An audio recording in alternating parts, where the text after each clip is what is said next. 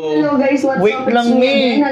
Wait lang, excited. So hello guys. Ikaw din naman yung iaano natin. Ano ba yan? Nawala na naman tuloy yung excitement ko. O yan, si Mima Alicia na naman, may babalita na naman sa atin. Ano naman kayang ginawa ni Sara Duterte na nagsasabi na mga kung ano-ano talagang naging kahiyan, malaking kahiyan naman daw ito. Ba yan, ang buko. Malaking kahiyan na naman daw ang ginawa ni Sara Duterte. Ano kayang ginawa niya? Pakinggan nga natin si Mima. So it's me again, Alicia nyo, at nagbabalik ulit para sa ating panibagong video. So mga minamahal, foul na naman po again and again and again itong si Vice President Sara Duterte. Alam nyo, nakakalungkot lang isipin. Kasi vice presidente siya ng bansang Pilipinas, pero nagpo-promote siya ng mga politician na magpapabagsak sa ating bayan. Di ba sabi nga ni Sara Duterte at ng kampo niya, mahalin natin ang Pilipinas. Paano nyo mamahalin ang bansang Pilipinas kung yung pinopromote nyo na mga politician ay hindi naman magsisilbi at hindi naman mahal ang ating bayan? Sino ba yun, Mima? Diba nagigets ninyo yung sabihin mo na, dito, sino? Mga minamahal? Sasabihin mo mahal mo ang Pilipinas, pero ikaw, mahal mo ba yung Pilipinas? Bakit ka nagpo-promote ng may mga kaso? Bakit ka nagpo-promote ng mga bobo? Bakit ka nagpo-promote ng mga walang utak? Diba? Sige. Ano bang meron ka dyan? Sige. Itubak natin yan, mga minamahal. Ano sabi dyan? Mga kababayan, suportahan natin si Pastor Kibuloy para sa kanyang mga pangarap para gumanda at umunlad ang ating bansa. Okay. Ngayon, mga minamahal, ang pangarap talaga ni Kibuloy ay gumanda at umunlad ng ating bansa. According nga kay Malutikia, kaya tumakbo itong si Kibuloy sa kadahilan ng sinira daw po ang kanyang buhay. Sinira. Okay, doon tayo guys. O diba? Ang ganda-ganda ng setup natin ngayon, talagang to the highest level. Yun nga tayo guys, diba? Kaya siguro pinupondo ni Mima Alicia na nagkaroon na naman ng mga diskurso ang lola mo, Sara Duterte, na nagiging cause of kahihiyan sa bansang Pilipinas is that nagpo-promote siya ng mga hindi naman dapat ipo-promote. Gani, yan, big sample nga talaga si Kibuloy, di ba? Alam naman natin, guys. Huwag nyo nang ililis nga kayong paniniwala nyo, guys. Isa siyang kriminal. Alan, as in dami-dami niyang kaso. Ano na yun, proven na yun, guys. Manood kasi kayo ng balita sa mga DDS kasi. Puro lang kayo bash ng mga pro-government na speakers. Gaya ko, di ba? I'm not influencing people. Pero sa inyo na kung ma-influensyan ka na. But I'm after into enlightening.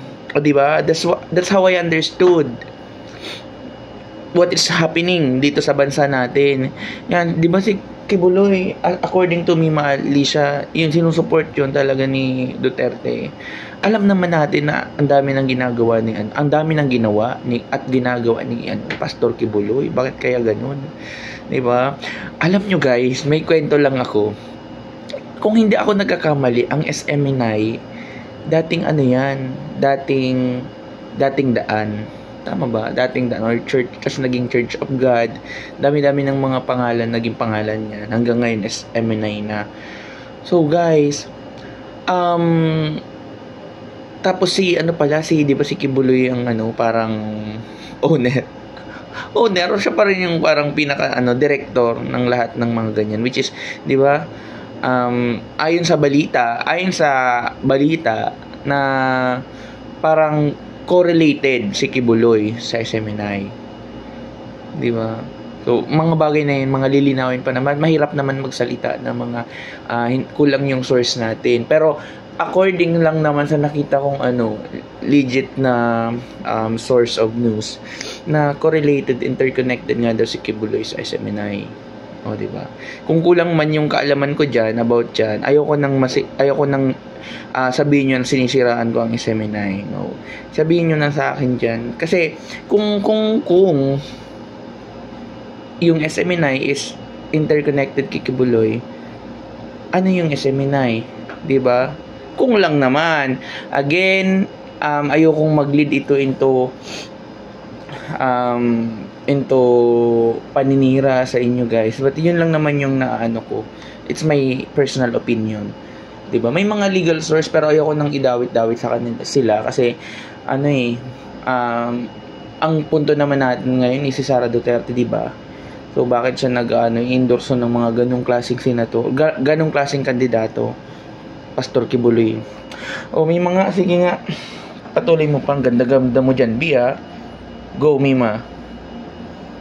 Daw po siya, kaya ang gagawin niya din, sisirain niya din yung mga sumira sa kanyang buhay. Gagat.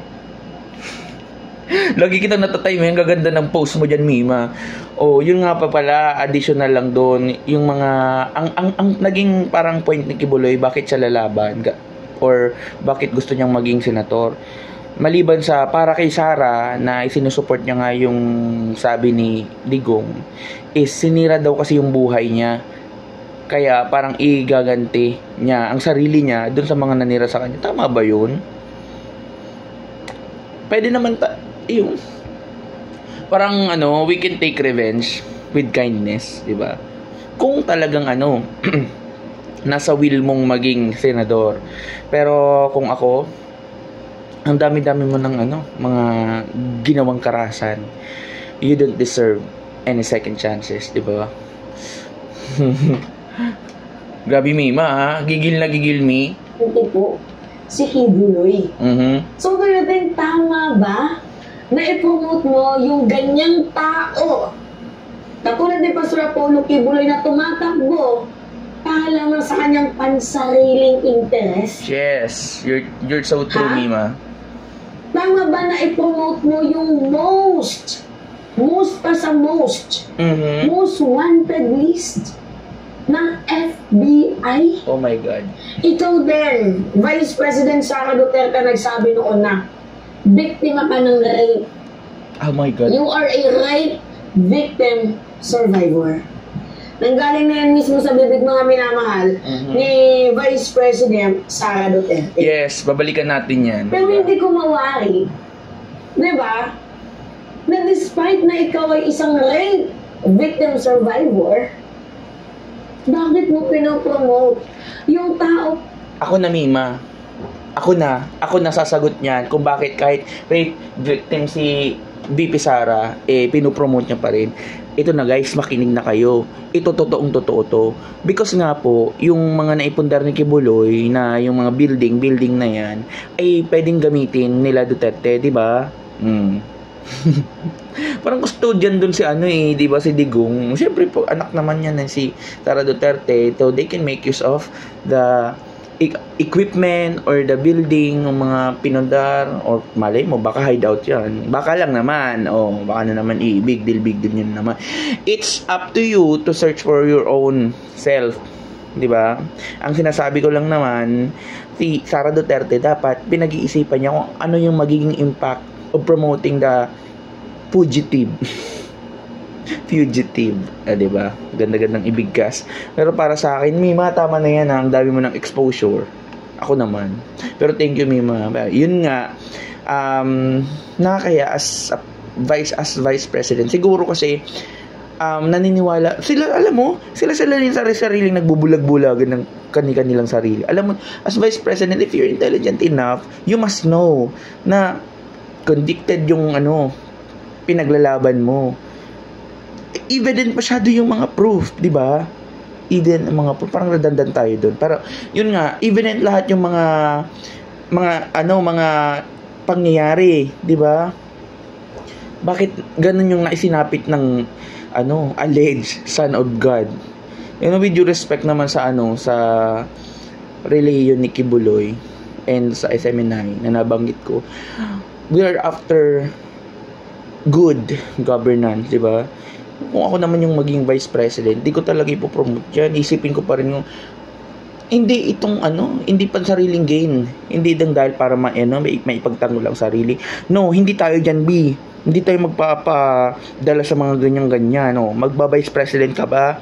Mag-comment ka. Kung mag-vice president ka, huwag ka magsasara-sara, B. Tandaan mo yan. Gigigil ako sa'yo.